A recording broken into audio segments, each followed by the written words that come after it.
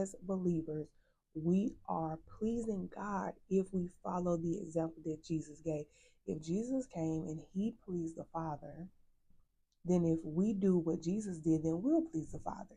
There's a very linear way to get this done, and we don't have to think of all of these unique examples. All we have to do is do what Jesus did because he pleases the Father.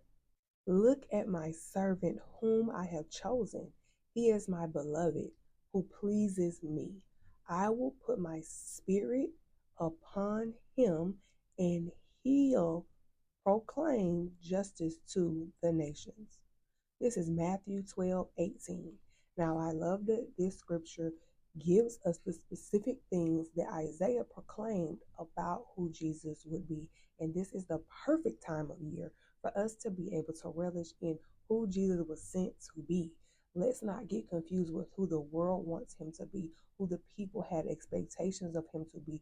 Let's look at who he was proclaimed to be. This is prophecy that's given by Isaiah as the human, but given through God the Father. Okay, my servant. Like that is the first thing that he is describing him as, is a servant. And we know that Jesus was the perfect example of a servant. He was chosen. Just like he chooses his children, he chooses those who follow him. Jesus is chosen. He is specific. He is intentional about placing him in a certain time, in a certain place, in a certain way. Chosen. He is beloved. He pleases him. That is a huge example of how Jesus was to be for us.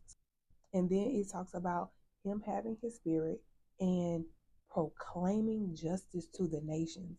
Now, this part is important for us to understand because it's not that Jesus was just coming for the Jews. He did not just come to save those who were a part of that original tribe of Abraham, if you will, lineage of Abraham. He came for the nations. This is justice to the nations, to bring the nations and God back together, to bridge that relationship for any and everyone who wants it. And so this is not something that, oh, well, only the people in the end are going to be judged for those who believe. No, this is actually for everyone is going to be judged regardless if you believe in him or not. So justice to the nations. He is bringing that as the gift. We'll close with a reflection that says Jesus Christ was called a servant long before his birth. He was created to serve. Accept his blessing. It is offered to everyone. If you accept it, you will be blessed. Have a Merry Christmas.